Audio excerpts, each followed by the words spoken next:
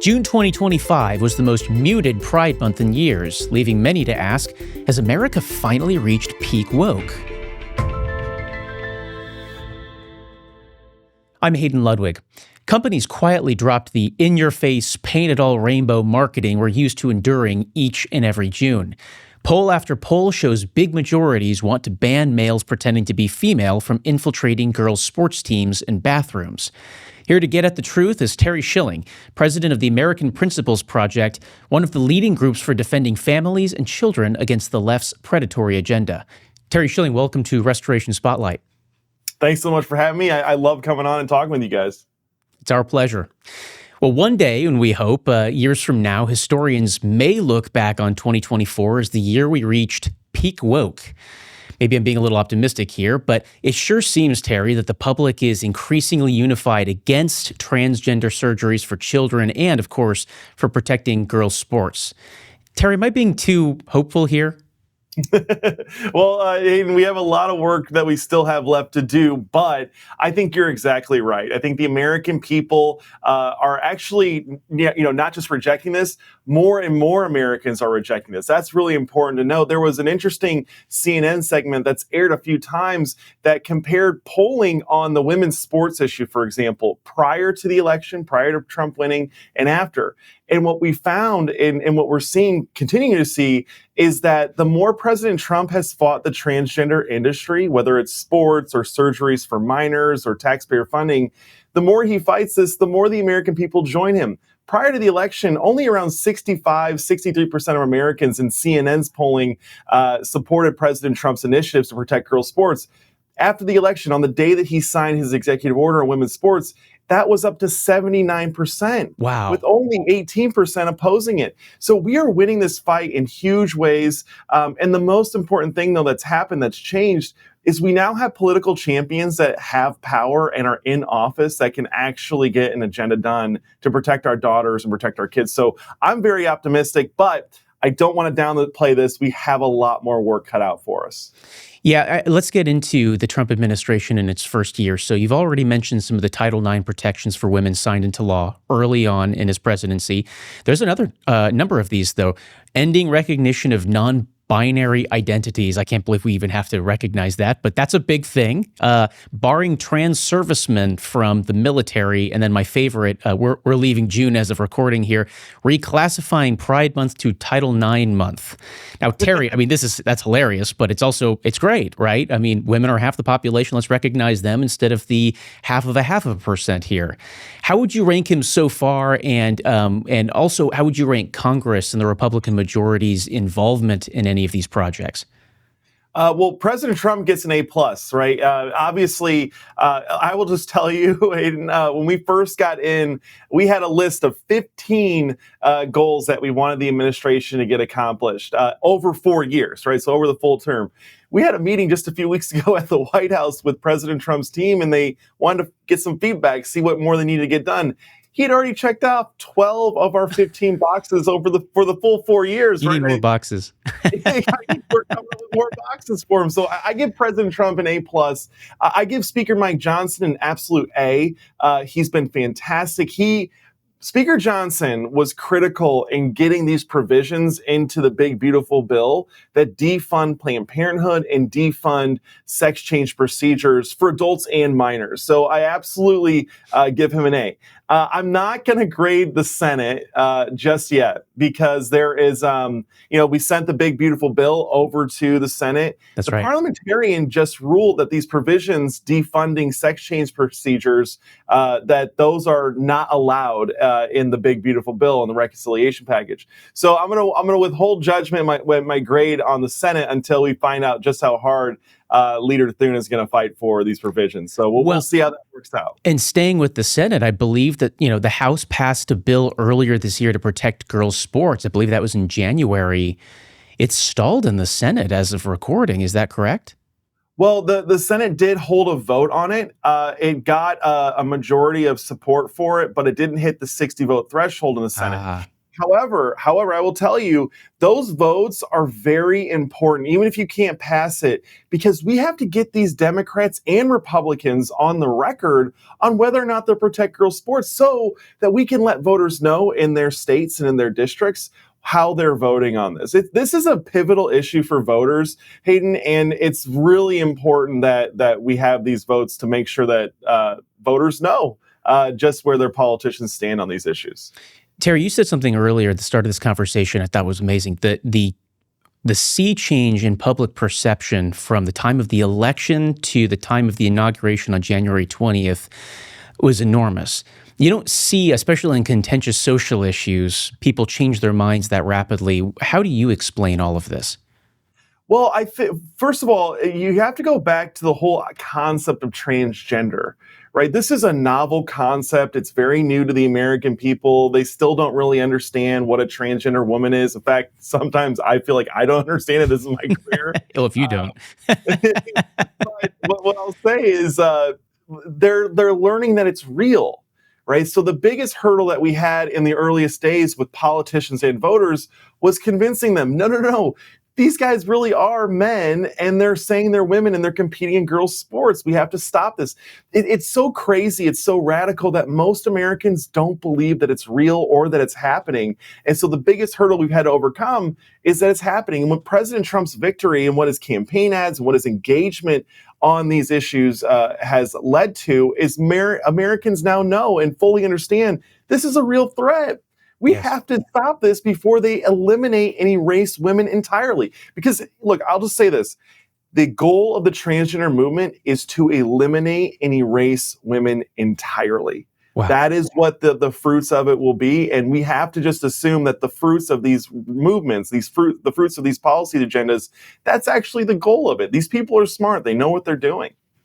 A big aspect of it in recent years is this unholy union between the transgender activist world and big abortion.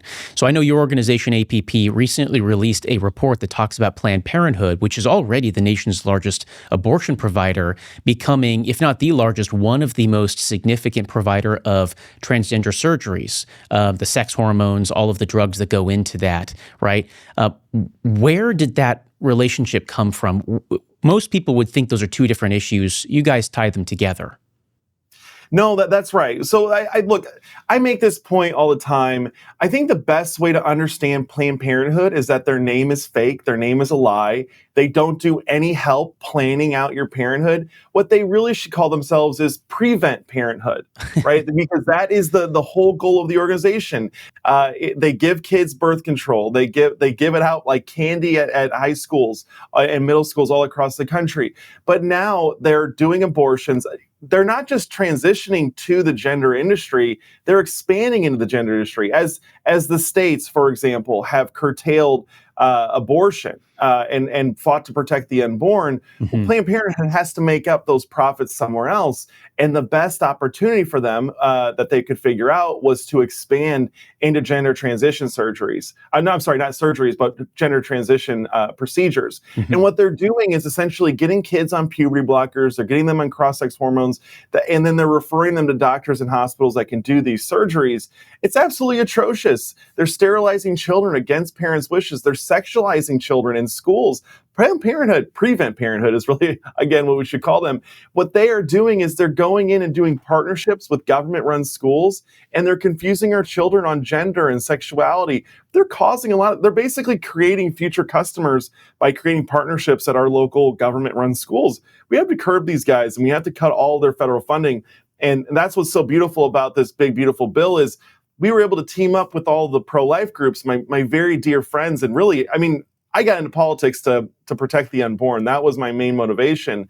But we were able to partner with the pro-life groups like Susan B. Anthony List in order to get Planned Parenthood defunded. We educated lawmakers on how, Planned Parenthood now performs over 120,000 transgender services a year. Wow. 120,000, right? That's a big number.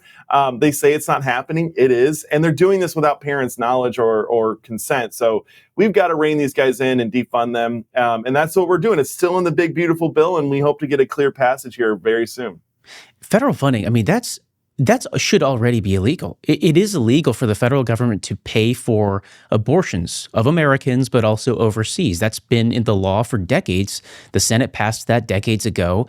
How is it that you now have an organization that's also providing these hormone therapies to minors, to young people, right? And they're federally subsidized? I mean, Terry, that seems like it already should have been illegal. No, that's right. Well, what they're doing is they're taking advantage of loopholes in the law or unclear language. Essentially, this is all happening because money's fungible, right? The Medicaid dollars are not supposed to go towards abortion.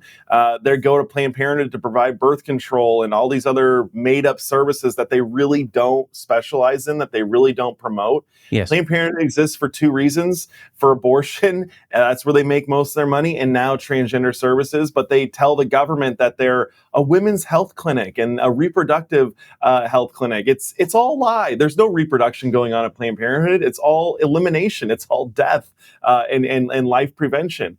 But they're basically taking advantage of a lack of political will. But that political will's there now with President Trump and Republicans in office. We have to Hayden, I just want to say, if there was some crisis pregnancy center network that was helping women afford their babies and with diapers and food and all of that and pay for the medical services, and if that National Crisis Pregnancy Center gave a single dime to Republicans running for office, they would be eliminated immediately. That's right. By the Democratic Party. And Planned Parenthood gets 60 to 70 million every single election to help elect Democrats. If they've got that type of money to throw around at elections, they have that type of money that they can use to fund their own garbage. So we got to defund these guys because, what are they going to do? Spend another 70, 80 million dollars against us? Let's just pull their funding now and have this fight with the American people.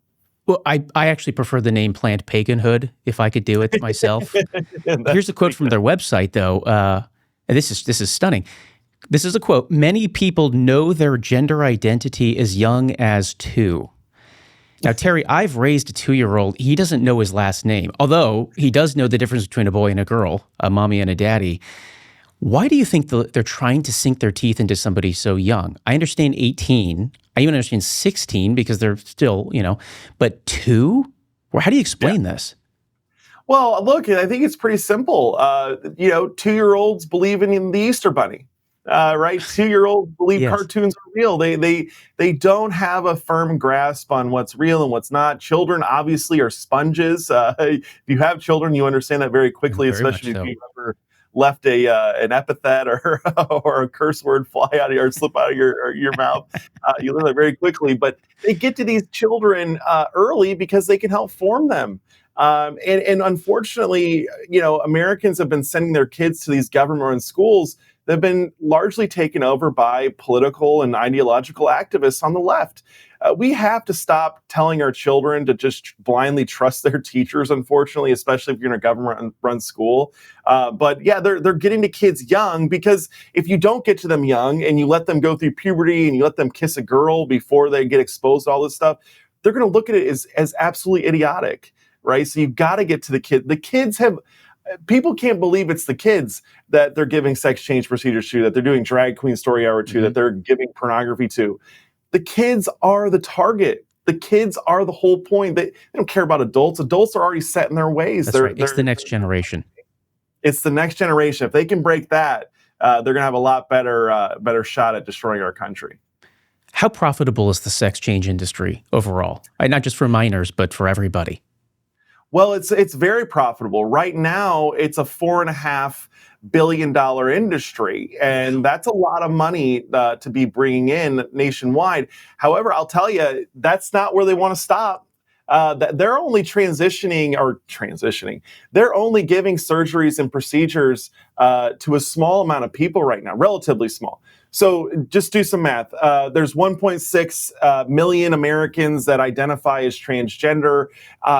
There's a tech CEO, an LGBTQ tech CEO. That tells you how bad this thing is. Her name's Robbie Catherine Anthony, and it's a tech company called Euphoria.lgbt. And what they do is it's an app that they will, if you sign up for, they'll do an online screening, and then they'll mail you out drugs to transition and help get you tied in.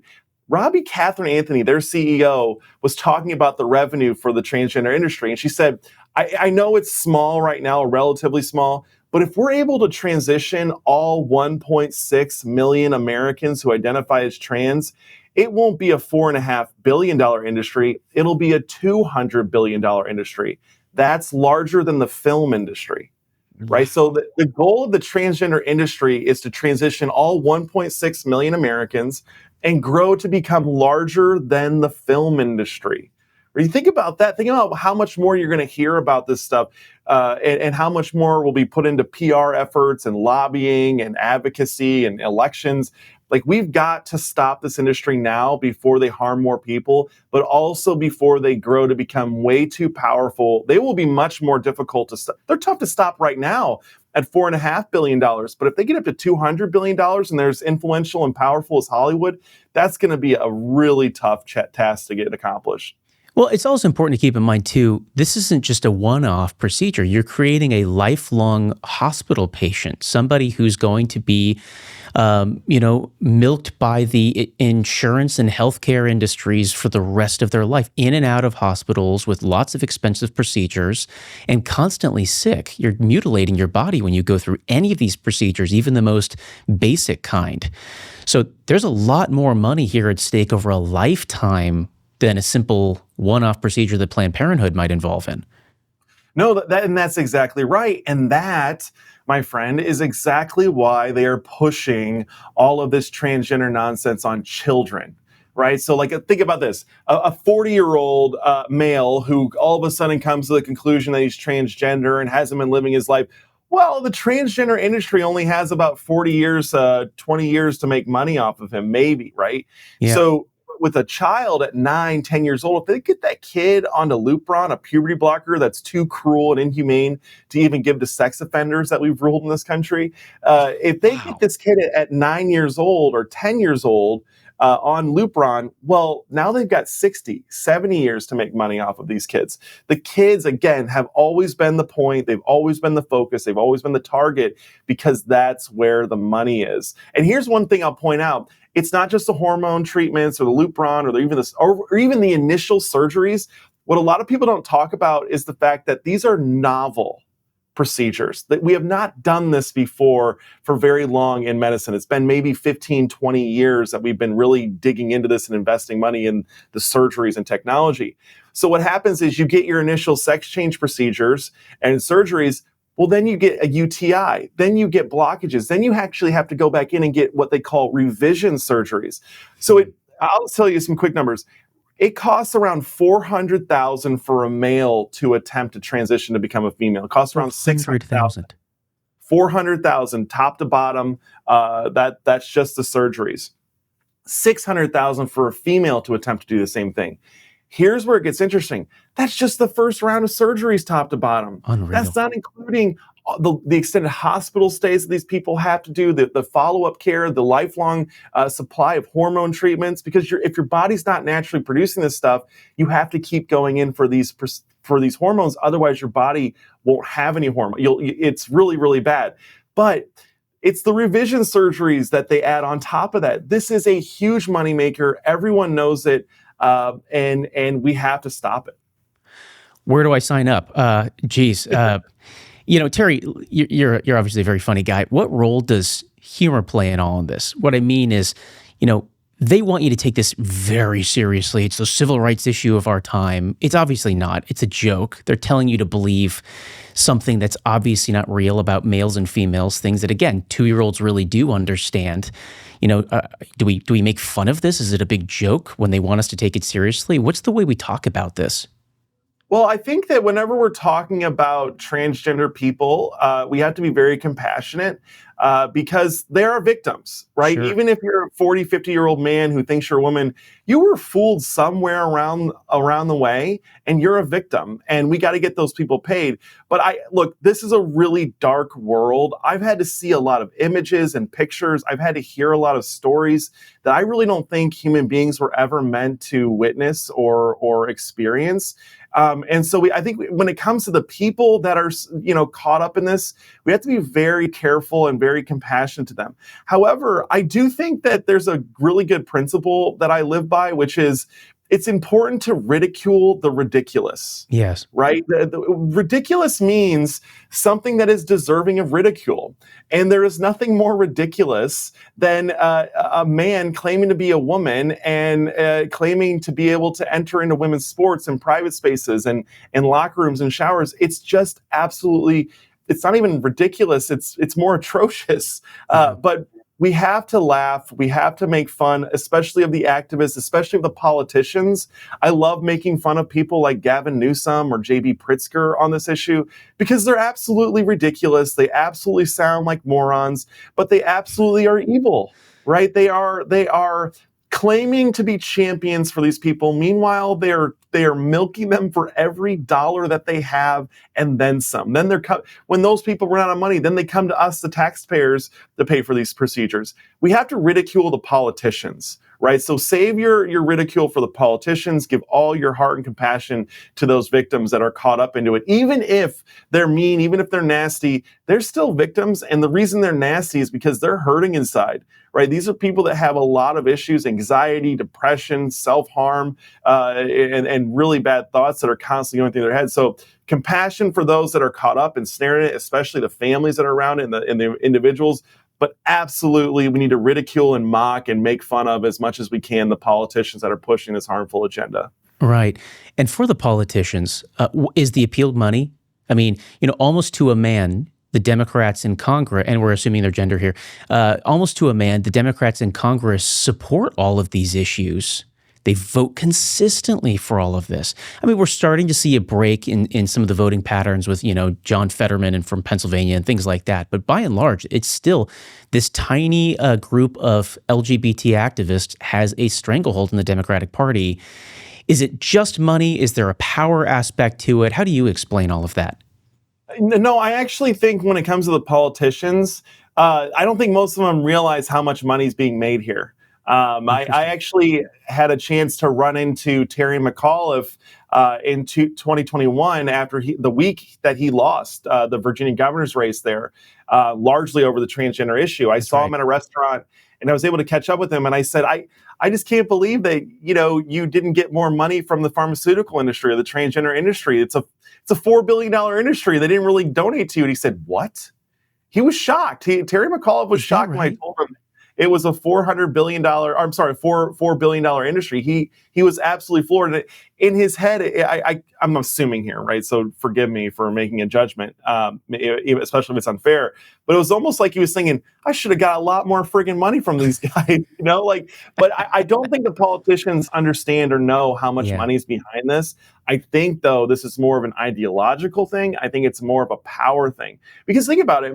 If they are able to get 1.6 million Americans to transition, those 1.6 million Americans are going to be dependent on government subsidies.